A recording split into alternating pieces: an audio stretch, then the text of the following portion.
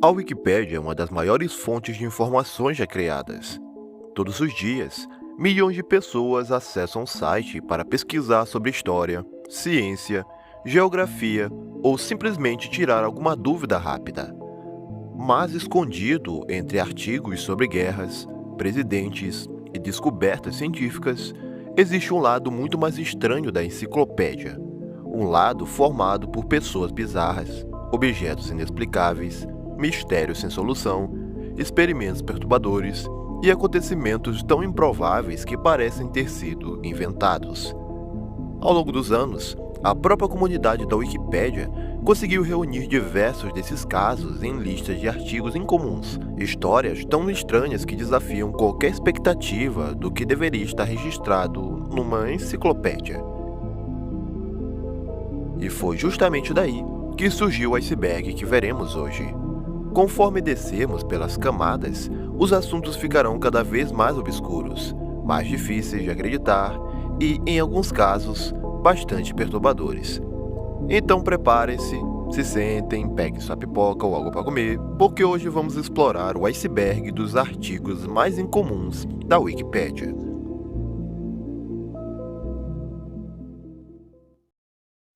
Nazca Lines. Começando pelo topo do iceberg, temos as famosas Nazca Lines, ou também, traduzindo o nome, linhas de Nazca. Localizadas no deserto do Peru, essas gigantescas figuras foram criadas há centenas de anos pelo povo Nazca. O curioso é que muitos dos desenhos só podem ser vistos completamente do céu. Existem figuras de pássaros, macacos, aranhas e diversas formas geométricas espalhadas por quilômetros. Por muito tempo, isso alimentou teorias envolvendo extraterrestres e civilizações perdidas. Hoje, os arqueólogos acreditam que elas possuíam funções religiosas e também cerimoniais, mas o verdadeiro propósito de alguma delas continua sendo debatido.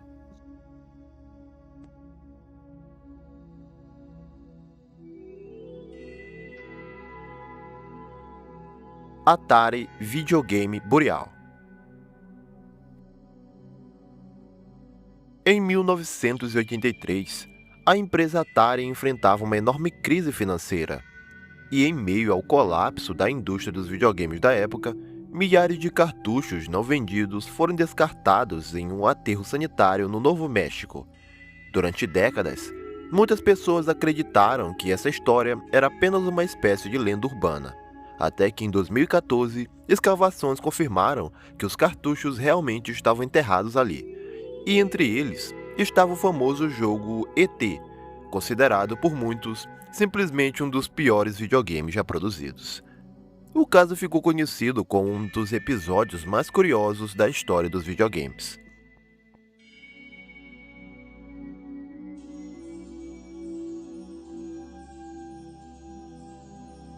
Centennial Light.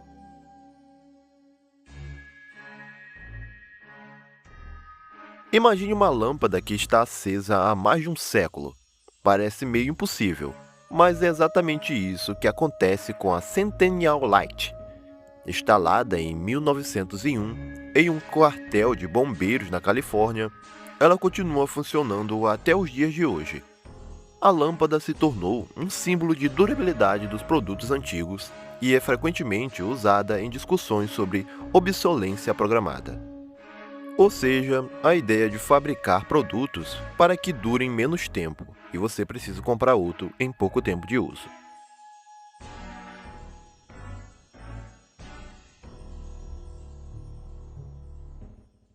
Real Life Superhero.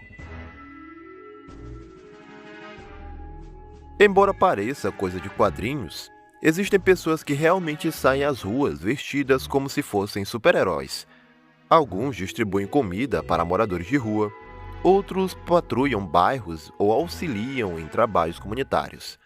Apesar de não possuírem superpoderes, muitos levam a ideia extremamente a sério. E sim, existem dezenas deles espalhados pelo mundo todo. Inclusive, é bem provável que na sua cidade tenha um também.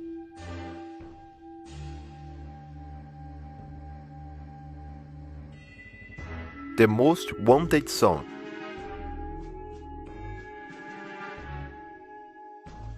Você provavelmente já ouviu falar da música favorita de alguém, mas e sobre a música mais odiada possível? Em 1997, dois artistas realizaram uma pesquisa perguntando para as pessoas quais elementos musicais nas músicas eles mais detestavam. Após concluírem sua pesquisa com as respostas em mãos, eles criaram uma música reunindo absolutamente tudo aquilo que as pessoas disseram odiar nas músicas. O resultado foi uma composição extremamente estranha que ficou conhecida como The Most Wanted Song, ou traduzindo, basicamente o som mais odiado do mundo. E honestamente, ela é tão caótica quanto o nome consegue sugerir. Então fica aí o nome para você que quer ir atrás dela e ouvir esse som. Eu não vou colocar aqui, pois posso acabar tendo problemas com direitos autorais.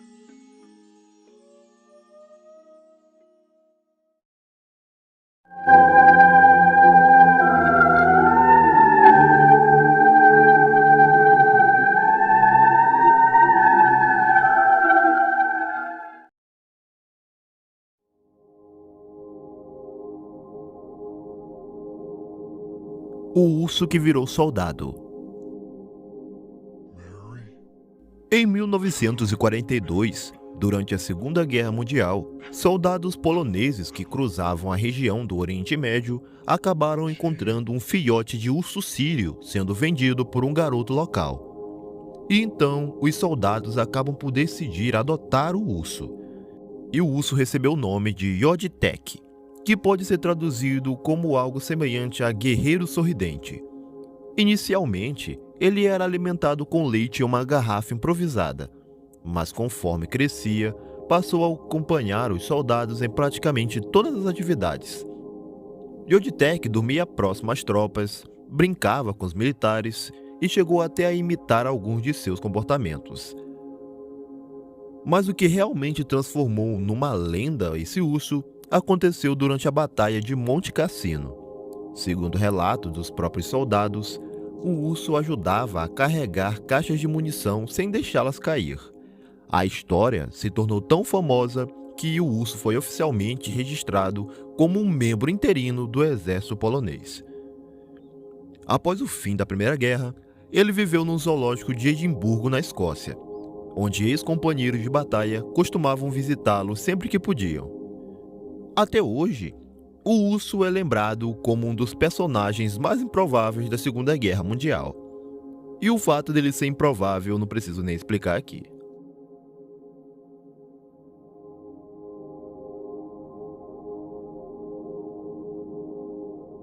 O escoteiro radioativo. David Hume era um adolescente americano fascinado por ciência. Ele adorava a química, física e experimentos caseiros. O problema é que seu interesse saiu completamente do controle.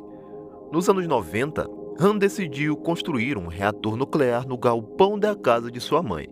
Pesquisando livros e coletando materiais radioativos presentes em objetos do cotidiano, ele conseguiu reunir substâncias suficientes para produzir níveis perigosos de radiação. Quando as autoridades finalmente investigaram o local, encontraram uma área contaminada que precisou passar por um processo rigoroso de descontaminação. O mais maluco disso tudo é que o caso foi tão incomum que chamou a atenção da Comissão Reguladora Nuclear dos Estados Unidos. A imprensa passou a chamar David de The Radioactive Boy Scout, ou o escoteiro radioativo. Sua história permanece como um dos exemplos mais extremos do que pode acontecer quando curiosidade científica encontra falta de supervisão.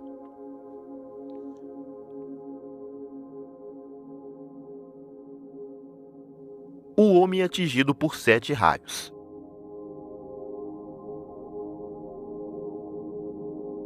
Ser atingido por um raio, convenhamos que já não é algo bacana de se acontecer, e também é algo extremamente raro.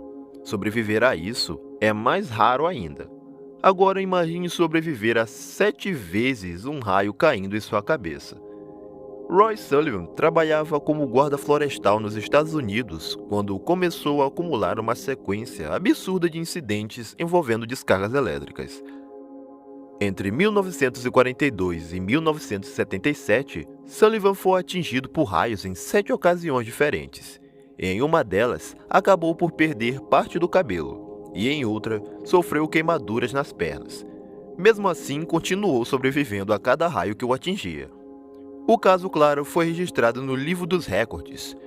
Embora alguns colegas acreditassem que ele fosse amaldiçoado, especialistas apontam que sua profissão, somada ao fato de passar muito tempo em áreas abertas, aumentava significativamente sua exposição ao risco de ser atingido por um raio. Ainda assim, suas chances de passar por tudo isso são praticamente inimagináveis.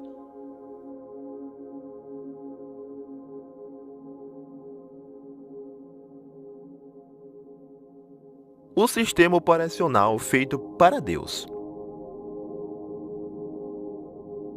TempleOS foi criado pelo desenvolvedor Terry Davis, ou conhecido como Terry A. Davis, um programador extremamente talentoso que dedicou anos de sua vida ao projeto. Segundo Terry, ele teria recebido instruções divinas para desenvolver um sistema operacional que funcionaria como uma espécie de templo digital. O resultado foi um sistema completamente único. TempleOS possuía sua própria linguagem de programação, ferramentas específicas e até recursos voltados para a criação de conversas com Deus. Apesar da genialidade técnica envolvida, a história também é marcada pelas dificuldades pessoais enfrentadas por Terry ao longo de sua vida. Após sua morte, TempleOS ganhou uma certa notoriedade na internet, sendo visto ao mesmo tempo como uma impressionante demonstração de habilidade em programação, mas também como um retrato profundamente humano da complexidade da nossa mente.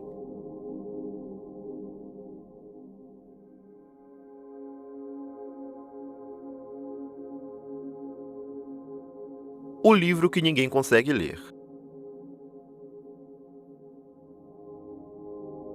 Em 1988, o artista chinês Xu Bing apresentou ao público uma obra extremamente incomum.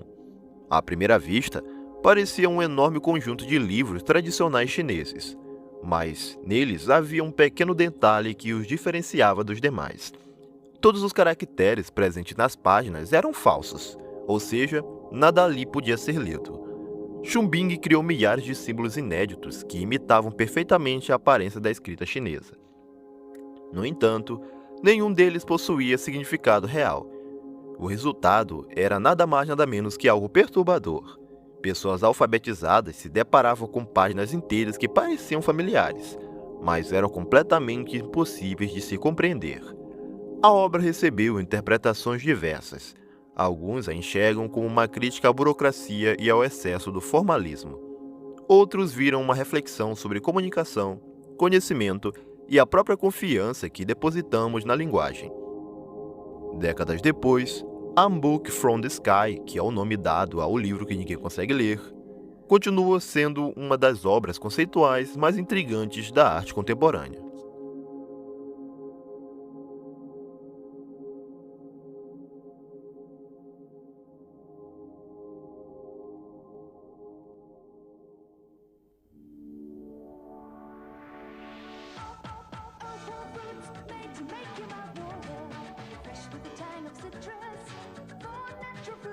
Now, Opal fruits have even more juice of the real fruit. Strawberry, that's fruity.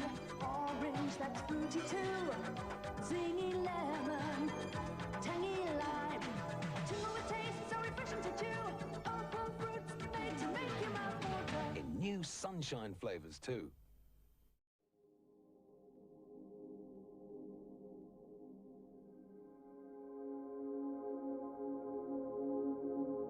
O livro que ninguém consegue decifrar.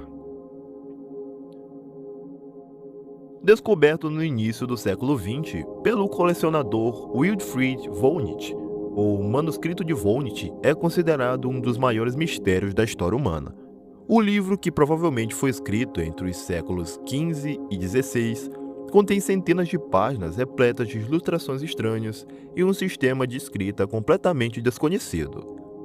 Suas páginas mostram plantas que não parecem existir, diagramas astronômicos incomuns e figuras humanas interagindo em cenários difíceis de interpretar.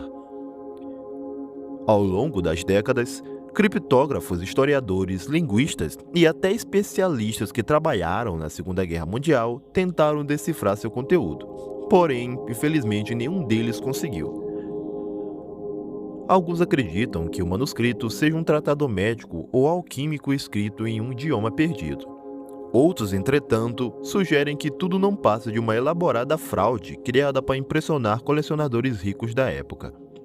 Até hoje, ninguém sabe ao certo quem escreveu o livro, ou, principalmente, o que ele realmente significa.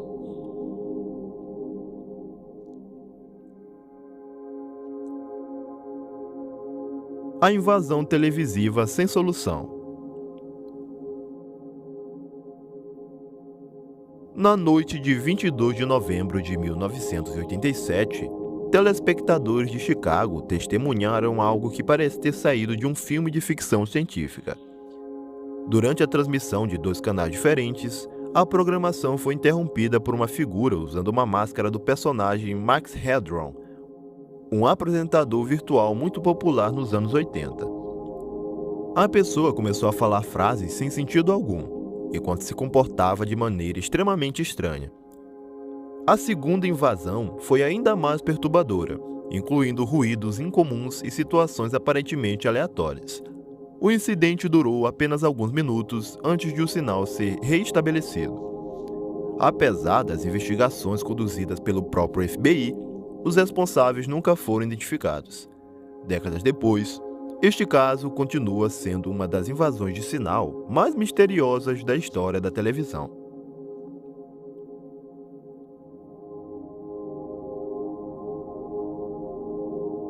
O homem que sobreviveu ao impossível.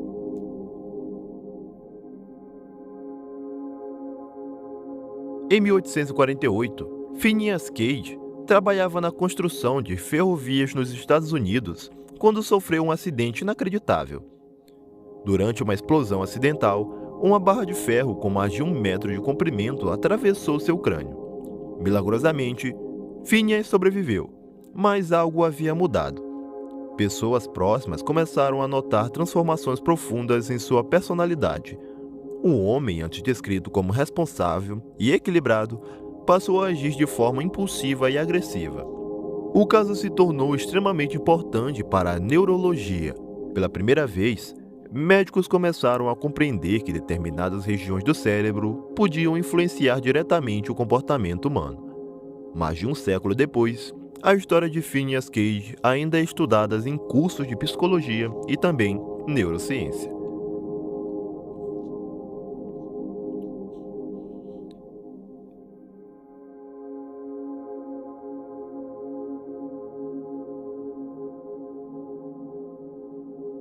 Em 1964, Jim Templeton tirou algumas fotografias de sua filha durante um passeio na região de Solway Firth, na Inglaterra.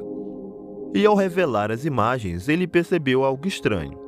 Ao fundo de uma das fotografias, parecia haver uma figura vestindo algo semelhante a um traje espacial.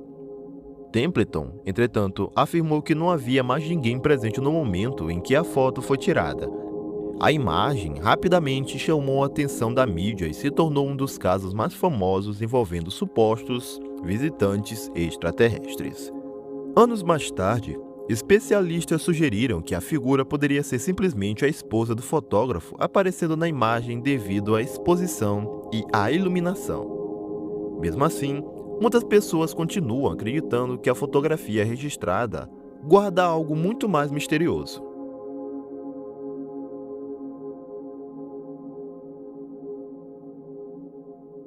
O homem com uma fome impossível.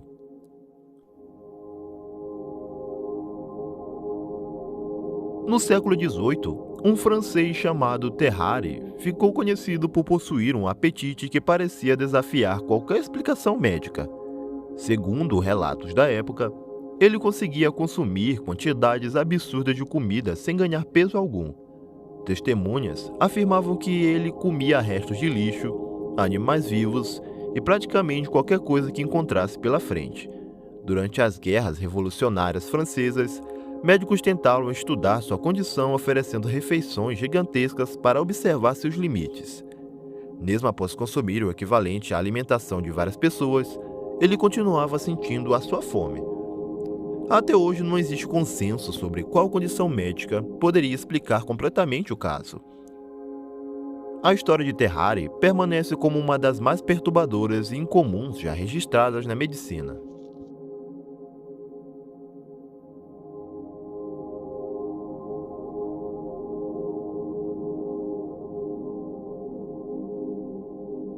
Então é isso, amigos e amigas. Com isso chegamos ao fim da, pelo menos, primeira parte desse iceberg aqui no meu canal. Como você já deve ter percebido, a Wikipédia contém diversas histórias, desde as mais macabras até as mais inacreditáveis. Então, se vocês gostaram desse tipo de conteúdo aqui, abordando a Wikipédia, deixem aqui nos comentários a sua opinião e deixem um like para ajudar o canal. Likes e comentários são sempre bem-vindos por aqui. Mas eu espero profundamente que tenham gostado e desde já eu peço humildemente desculpas por alguns momentos no meu vídeo que a qualidade caiu, seja do áudio ou das imagens usadas no vídeo. Mas, modéstia à parte, eu agradeço a todos que ficaram até aqui e vejo vocês na próxima parte ou em qualquer lugar aí da internet. Beijos!